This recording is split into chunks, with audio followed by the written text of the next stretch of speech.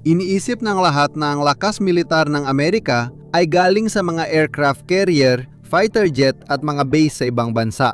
Mali ang tinitingnan nila. Ang tunay na pinagmumulan ng kapangyarihan ng US ay isang bagay na hindi mo nakikita. Dahil kung kailangan ng Washington, kaya nitong gawing malaking military supply network ang malaking bahagi ng pandaigdigan ekonomiya agad-agad. At iyan ang dahilan kung bakit may kakaibang nangyayari ngayon. Mukhang umaatras ang militar ng US. Isinasara ang malalaking base sa buong Europa at gitnang silangan. Ipinapakita ng mga mapa na umatras ang Amerika, pero ibang-ibang sinasabi ng satellite imagery. Sa loob ng gubat ng Pilipinas, sa malalayong isla ng Pasipiko, sa mga lugar na hindi matutunton ng karamihan sa mapa. May mga bagong runway, imbakan ng gasolina at pasilidad militar na lumilitaw sa Subic Bay, Pilipinas. Dati itong pinakamalaking base militar ng Amerika sa labas ng bansa. Pagkatapos, isinara ito noong 1972. Doon nagsimula ang isang uso. Ang militar ng US ay may 1,600 na base sa ibang bansa noong panahon ng Cold War. Ngayon, 800 na lang ang opisyal at halos agad na ang bawas sa mga base na yon. Sa kabilang panig ng mundo, ang Thule Air Base sa Greenland na dating pangunahing sa Arctic ay nabawasan mula 6,000 sundalo hanggang 150 na lang. Pati ang Ramstein Air Base sa Germany ay nagbabawas na rin. May natira na lang na 5,000 sundalo pagsapit ng Mayo 2026.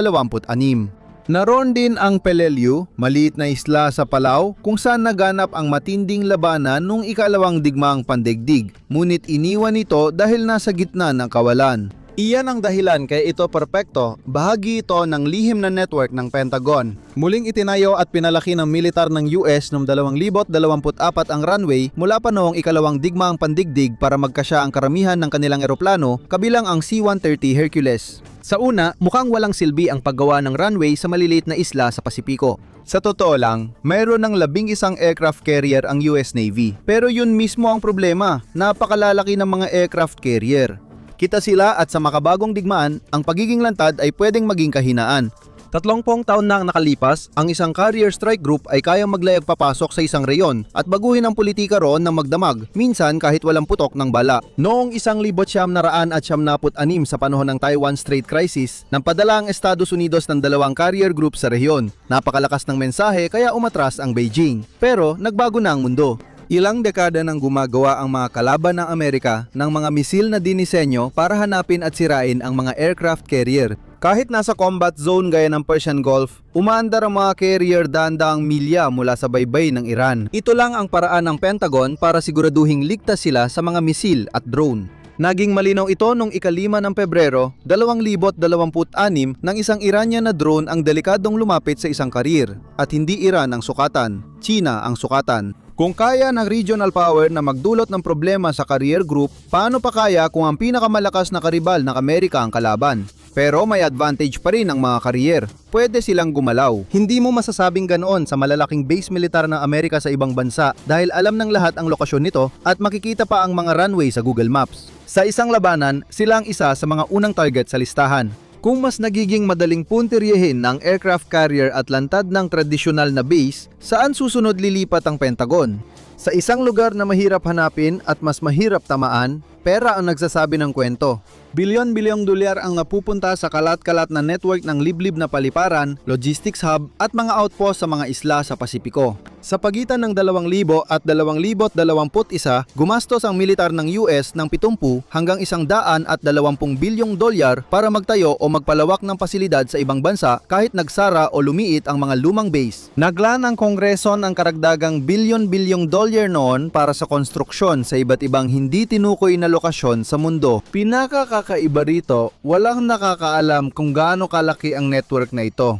Maraming lugar dito ang pinopondohan sa malalabong kategorya gaya ng hindi tinukoy na mga lokasyon. Hindi alam ng publiko at madalas pati ng Kongreso ang bilang ng mga ito. Noong 2017, 4 na sundalong Amerikano ang napatay sa pananambang sa Niger. Ang insidente ay nagdulot ng mas hindi komportableng damdamin kaysa lungkot. Sa mga sumunod na pagdinig sa Senado, inamin ng ilang kongresista na hindi nila alam ang laki ng operasyon ng US military sa Niger. Hindi nila alam na may halos 1,000 Amerikanong nakaistasyon dito. Walang nagsabi sa kanila at hindi naman kailangang may magsabi. Dumating na ang tropa at supply at ilang buwan na silang nag-operate gamit ang logistics network na hindi kailangan ng pahintulot ng Kongreso. Ang pananambang lang ang nagbunyag nito. Ang tanong na ito ang pinakainayawan sagutin ng Washington. Paano nagkaroon ng 1,000 sundalo sa isang bansa nang hindi napansin ng kahit sino?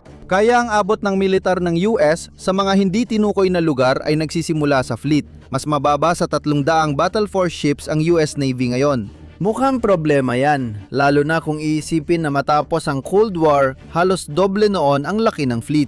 Matagal nang nagbababala ang mga admiral at politiko na lumiit na masyado ang Navy. Patuloy silang humihingi ng mas maraming barko pero lalong lumiit ang fleet dahil kulang ang kapasidad sa paggawa ng barko ngayon. Hindi rin naman ito basta aksidente. Isa rin itong dahilan kung bakit may ghost fleet ang US Navy, isang fleet na mahirap tamaan. Narinig mo na ba ang Combat Logistics Force? Karamihan, hindi pa. Kung makita mo ang isa sa mga barko nito sa dagat, baka mapagkamalan mo lang itong ordinaryong tanker. Yun talaga ang pakay nila. Wala silang armas o kung meron man, hindi nila ito mapapaputok.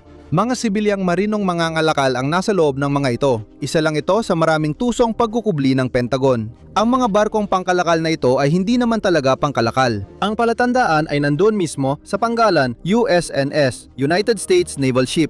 Mukha silang komersyal na barko pero sumasailalim sila sa Military Sealift Command, hindi sa kumpanya ng pagpapadala. Hindi rin basta-basta nabibili sa Amazon ang kargamento nila. Lahat ng kailangan ng US Navy sa labanan, mga barkong naghahatid ng pagkain, bala at mga pyesa at mga tanker na naghahatid ng fuel. Nakapwesto na ang mga barkong ito sa iba't ibang lugar sa mundo, dala ang mga gamit na kailangan ng US para sa operasyon. Kayang suportahan ng bawat unit ang hanggang 17,000 Marines at mandaragat kasama ang kanilang kagamitan sa lupa, dagat at himpapawid. Halos walang nakakaalam tungkol sa kanila. Mas malalim pa ang pagiging dependent nila hindi lang sa logistics. Hindi rin makakagawa ng maayos na reconnaissance ang US military kung wala ang Combat Logistics Force. Tungkuling ng mga barkong ito ang suportahan ang siyentipikong at technical na misyon at mangolekta ng datos tungkol sa mga misil at submarino ng kalaban. Noong huling bahagi ng Enero 2026, nagdeploy ang militar ng US ng kagamitan sa silangang Mediterranean at paligid ng Arabian Peninsula. Kasama rito ang USS Abraham Lincoln at USS Gerald R. Ford, kasama ang hindi bababa sa 11 Arleigh Burke-class na destroyer, pati na rin ang mga destroyer, attack submarines, at iba pang mga barkong pandigma na nakakalat sa reyon. Libo-libong karagdagang tropa ang dinala sa rehiyon sa mahigit 250 military airlift flights na paligiran ng Iran. Ito ang pinakamalaking pagtitipon ng pwersang militar sa gitnang silangan mula 2003, ngunit wala itong silbi kung wala ang dalawang opisina na baka hindi mo pa alam. Ang Military Sealift Command ay may opisina sa Manama, Bahrain at ang opisina nito sa Europa ay nasa Naples, Italy. Kaya naroon ang mga barko ng Combat Logistics Force gaya ng USNS Henry J. Kaiser at USNS Carl Brashear para magatid ng pagkain, bala at gasolina. Sa loob ng mga dekada, ang gitnang silangan ang pinakamadaling lugar para sa militar ng US kumuha ng gasolina, isa sa mga bentahe ng reyon. Gumana ang network dahil konektado lahat, isang napakalawak na supply chain na kayang panatilihing kumikilos ang mga puwersa ng Amerika ng halos walang katapusan. Pero kapag na-pressure ang network na yon, mabilis kumalat ang mga epekto. Bigla na lang, wala na sa tamang lugar ang gasolina. Hindi na malayang makakakilos ang mga barkong karaniwang gumagalaw. Naipit din ang mga barkong espesyal na nilagyan para maglipat ng gasolina sa mga oiler ng US Navy sa dagat. Ang Strait of Hormuz ay naging pinakamahal na choke point sa mundo, kaya kinailangan mag-adjust ng Navy. Sa halip na umasa sa mga permanenteng pantalan, nayon ay labis na umaasa ang Navy sa mga sibilyang crude oilers tulad ng Henry J. Kaiser class, mga barkong nag-operate sa malalayong bahagi ng dagat na nagpapakarga ng gasolina sa mga barkong pandigma habang patuloy na gumagalaw. May barkong dumarating para maglipat ng gasolina, isa namang umaalis kapag puno na. Paulit-ulit ang siklo habang nauubos ang pinagkukunan ng gasolina. Mahalagang aral ito para sa militar ng US, lalo na kung magkakaroon ng labanan kontra China tungkol sa Taiwan. Magandang balita para sa hukbong dagat ng US. Nasubukan at napatunayang gumagana pa rin ang sistemang ito sa makabagong operasyon. Bawat barkong pang-supply ng gasolina kaya magdala ng halos 6.8 milyong galon ng gasolina, sapat para patakbuhin ang isang Boeing 747 ng lampas 5,000 oras tuloy-tuloy. Ang masama ay laki o dami nito. Mayroon lamang 32 barko sa kabuuan at 15 lang sa mga ito ang mga barkong pang-supply ng gasolina. Tama ang teorya kung maayos lahat, pero ipinapakita ng banggaan sa Iran na konti lang ang kailangan para magkaproblema. Matagal nang binabala ng mga eksperto sa seguridad sa Washington ang kahinaan ng militar ng US sa paghahatid ng gamit sa dagat. Hindi magandang estratehiya ang umasa lang sa iilang sibilyang barkong walang armas para maghatid ng maraming gasolina sa mundong may kalabang bansa na may drone at misil. Hindi na ito digmaan kontra terorismo. Halimbawa, kung may agarang emerhensa sa Pasipiko tungkol sa Taiwan, makikita natin na kulang ang kapasidad sa paghahatid sa dagat.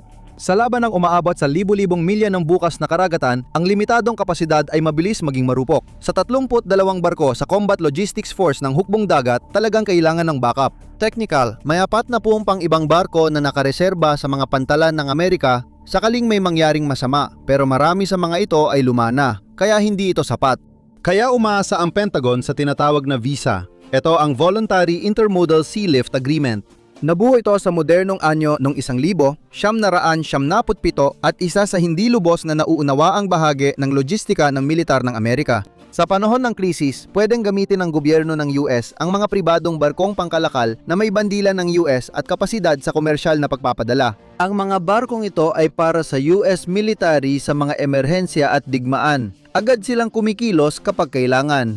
Kapag nagparehistro ang kumpanya ng barko sa visa program, nangangako itong magiging handa ang barko para sa gobyerno ng US kapag inactivate ito sa panahon ng pambansang emerhensya. Mas pinaprioridad noon ang transportasyon ng militar kaysa regular na operasyon ng komersyo. Walang direktang bayad mula sa Pentagon sa mga barkong ito, pero malaki pa rin ang gantimpala. Binibigyan ng prioridad ang mga may-ari sa mga kontrata ng kargamento ng Department of Defense sa panahon ng kapayapaan. Dahil dito, 70% ng mga barkong kapaki-pakinabang sa militar sa plota ng mga barkong may bandila ng US ay sumali sa Sea Lift program. May 60 barko na sa fleet na yon at mananatili ito roon hanggang sa hindi bababa sa 2035.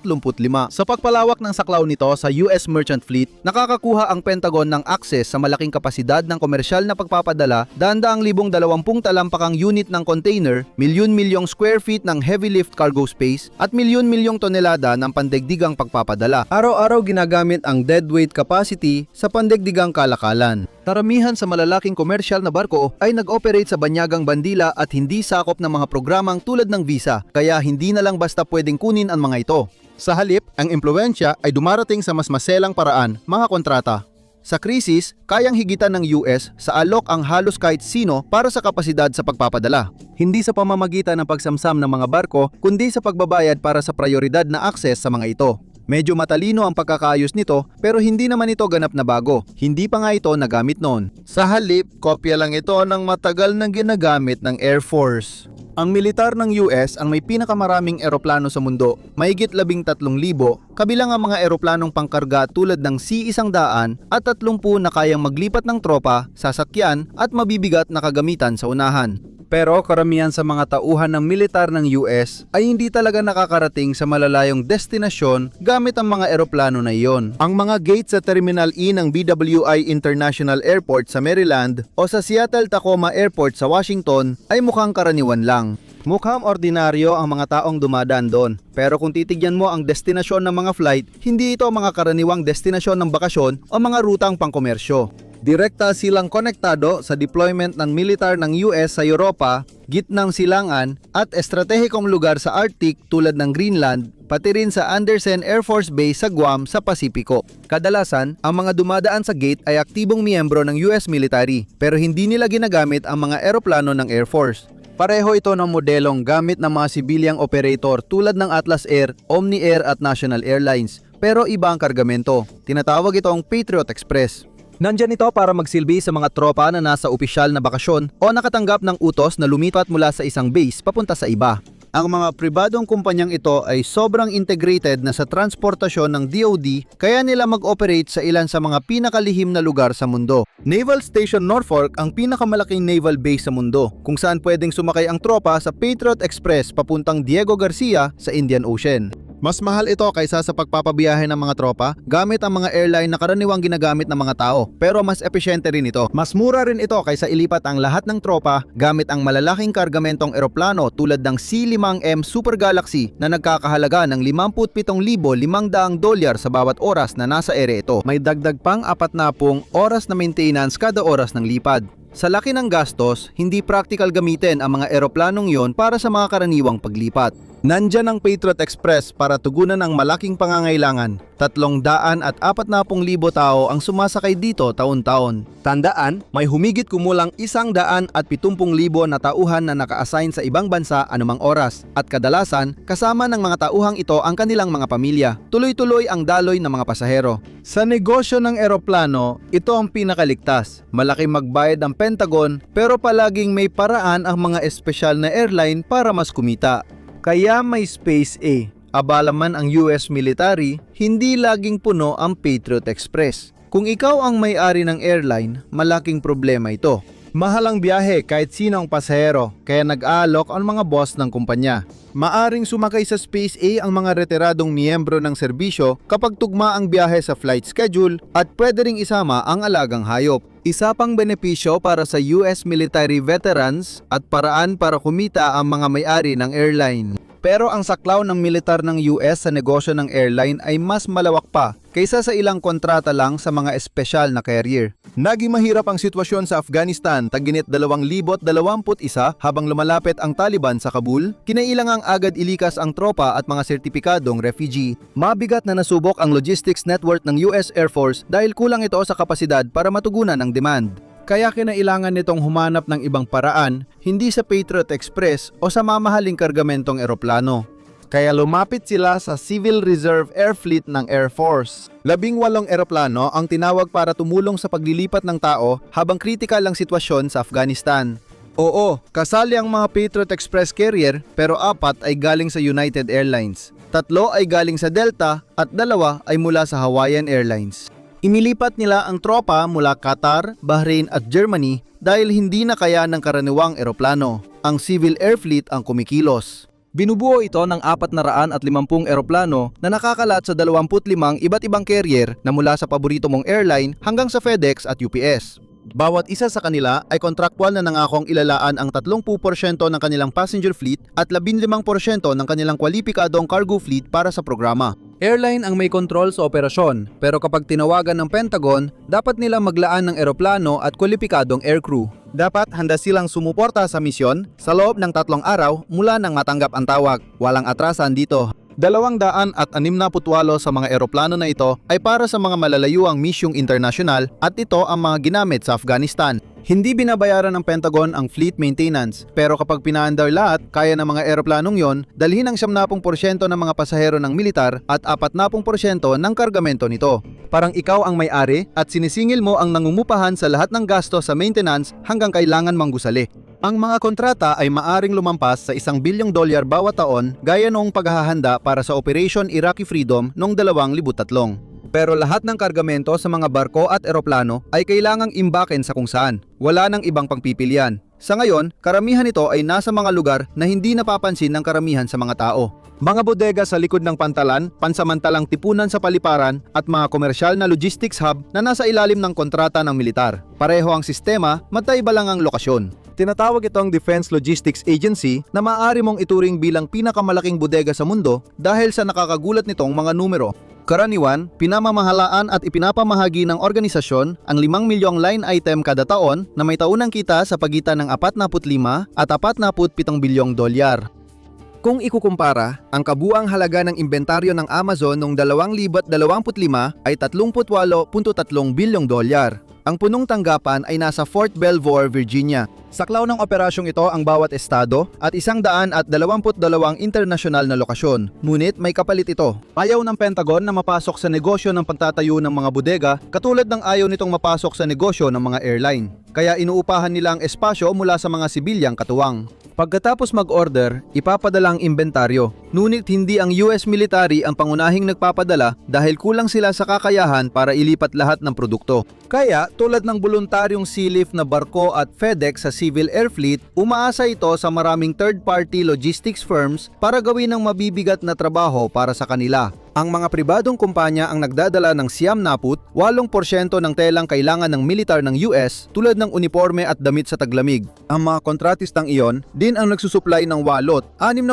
ng mga spare parts at halos 100% ng gasolina. Katulad ng mga sibilyang mandaragat sa barko gaya ng USNS Carl Braceman, sibilyan ang mga driver at hindi nila dinadala ang gamit sa mga lumang base. Dinadala nila ito sa mga sibilyang pantalan sa buong mundo na nagdadala ng 70% ng sea lift at 40% ng cargo airlift ng militar ng US. Karamihan ng kargamento sa dagat at kaunting kargamento sa ire ay mula sa mga pantalan, hindi sa mga base militar tulad ng Pearl Harbor. Nakasalalay lahat ito sa purong sibilyang infrastruktura at mga sibilyang manggagawa sa pantalan. Pero may kakaiba tungkol dito. Habang nababawasan ang mga base sa ibang bansa, saan lumalapag ang mga eroplanong ito tuwing may labanan sa ibang bansa? Aling mga pantalan ang pinapasukan ng Navy na barko? Paano sila makakakilos sa banyagang, soberanong teritoryo? Naalala mo ba yung 122 na internasyonal na lokasyon? Bahagi ito ng isang mahabang dokumentadong bakas na mas malayo pa ang inaabot kaysa sa anumang biyahe sa himpapawid.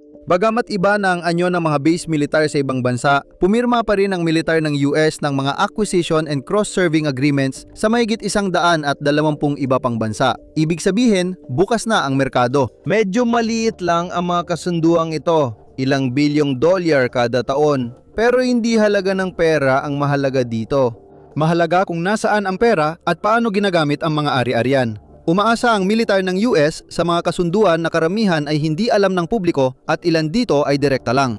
Pinapayagan nito ang militar bumili ng supply mula sa ibang bansa o internasyonal na kasosyo kapag kailangan, tulad ng gasolina, kagamitan at lohistika. Ang iba ay mas komplikado, nakabatay sa mga kasunduang may palitan kung saan nagbibigay ng yaman ang kaalyado kapalit ng sabayang paggamit sa operasyon. Pareho lang ang resulta ng dalawang sistema, ang pre-prepositioning. Sa halip na maghintay ng krisis at saka pa lamang ipadala ang lahat ng kagamitan, napakaraming materyales ang nakaimbak na agad, inilalagay malapit sa mga lugar kung saan maaaring kailanganin ang mga ito. Sa ilang pagkakataon, pati ang mismong infrastruktura ay naipupuwesto na rin ng maaga, sapat para makabuo ng gumaganang mga base sa loob lamang ng ilang araw. Kaya kapag dumating ang mga puwersa, hindi sila magsisimula sa wala, dumadating sila sa isang sistemang handa na at naghihintay na para sa kanila.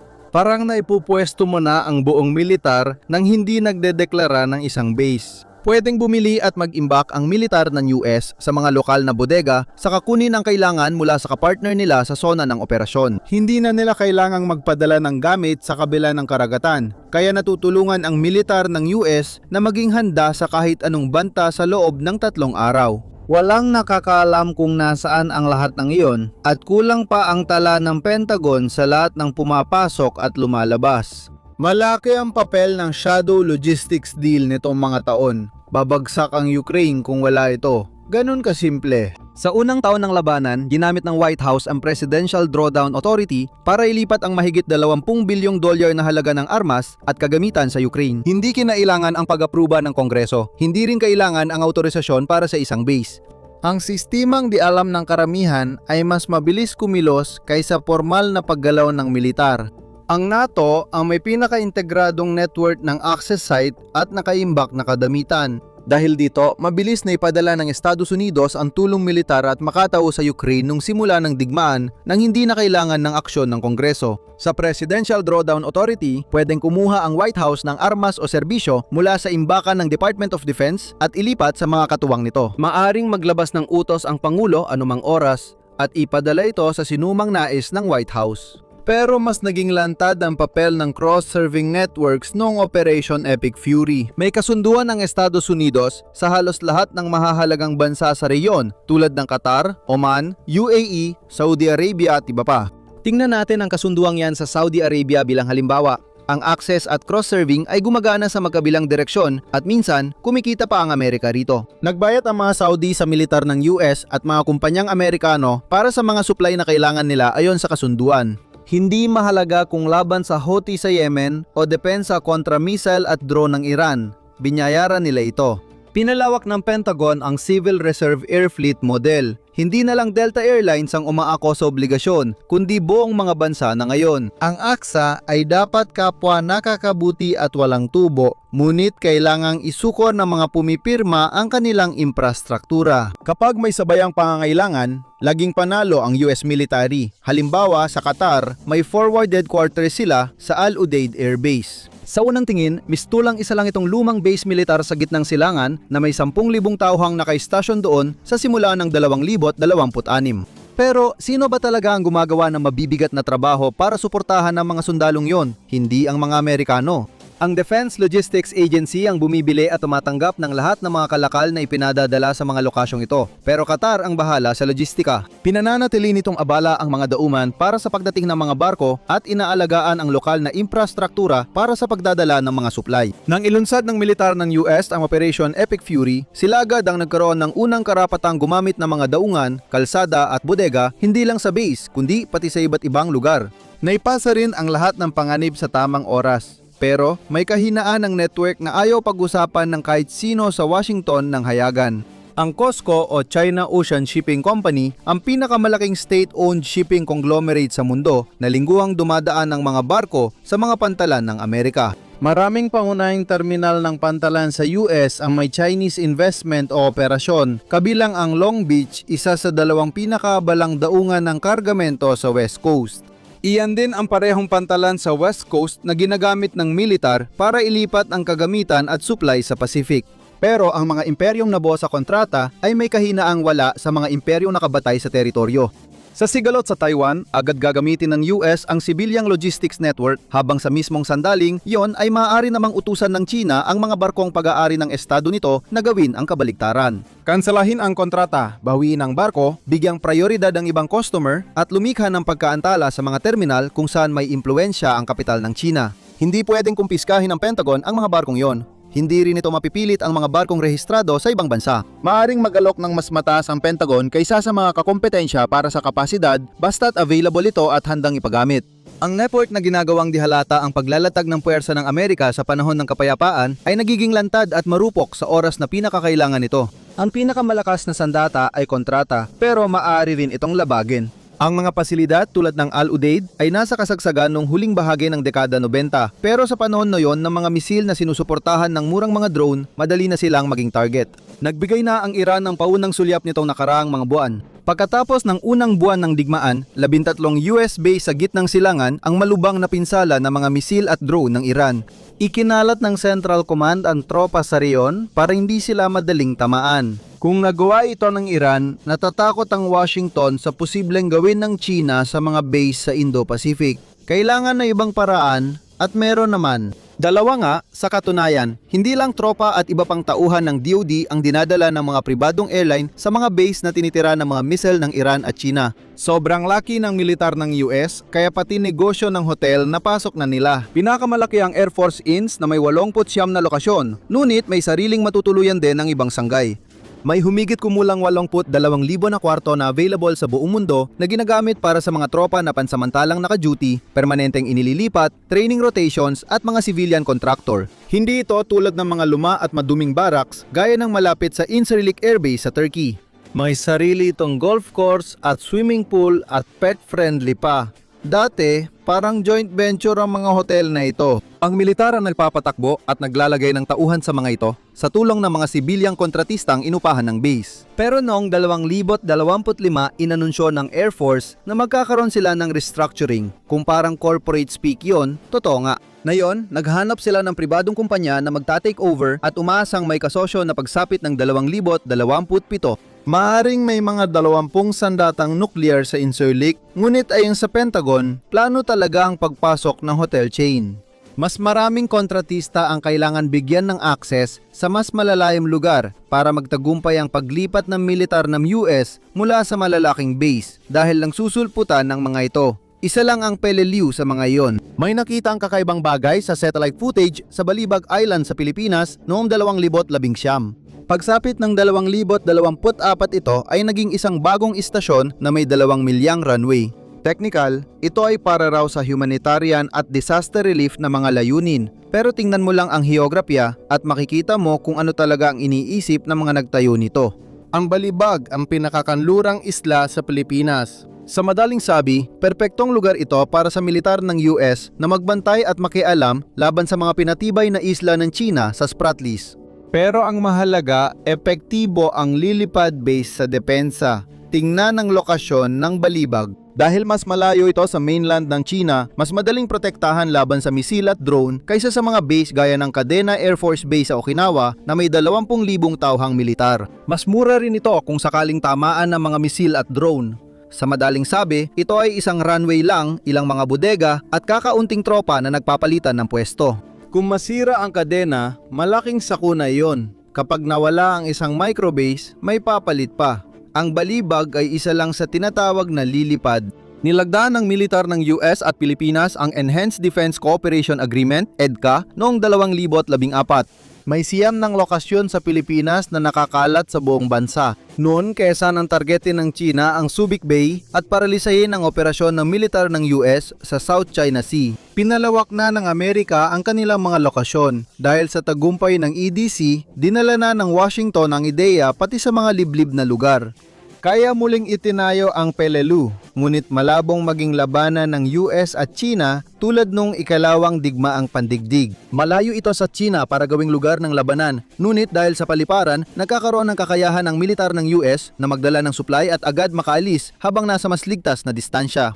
Isa pang malaking positibong dulot ng lilipad strategy ay mas katanggap-tanggap ito sa politika. Kontrobersyal na matagal ang mga Cold War base gaya ng Kadena at Ramstein. Parang sentro sila ng lokal na pagsuway sibil. Taon-taon, nagpoprotesta ang taga-Okinawa laban sa US base.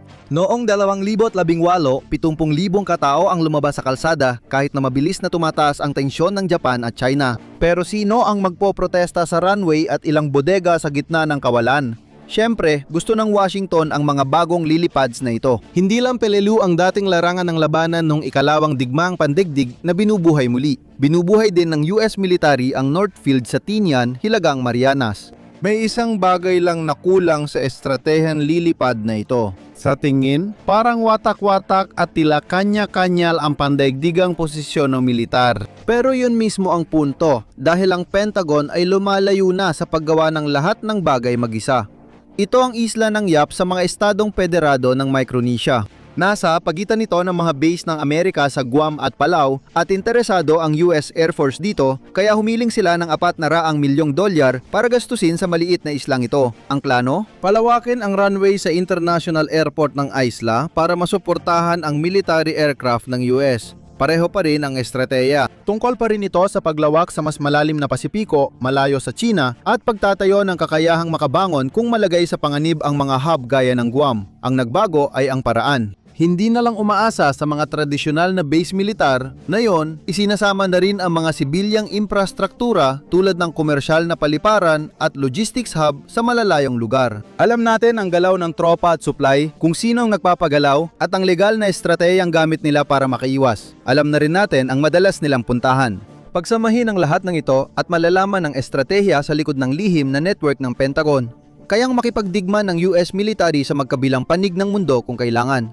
Hindi dahil sa dami ng eroplano, barko o kuta, kundi dahil kaya nilang gamitin ang pandaigdigang ekonomiya para sa sarili nilang layunin. Kung may aberya sa krisis, hindi naubusan ng armas ang mga puwersa ng Amerika sa Pasipiko, kundi ng gasolina, piyesa at higaan sa ilang araw. Totoo ang network at access. At totoo rin na kahinaan. Kaya naman ang pinakamakapangyariang sandata ng militar ng US ay isang kontrata, hindi isang aircraft carrier. Hindi nagtayo ang US ng pandaigdigang imperyo ng lupa. Nagtayo ito ng pandaigdigang imperyo ng access. Access na wala ang iba. At yan ang gamit mo sa paglipad. Salamat sa pagsama sa akin na yon. Sana nagustuhan mong video. Kung gusto mo pa ng ganitong content, mag-subscribe at i-on ang notifications. Malaking tulong ito. Salamat! Magkita tayo ulit sa Map Pack.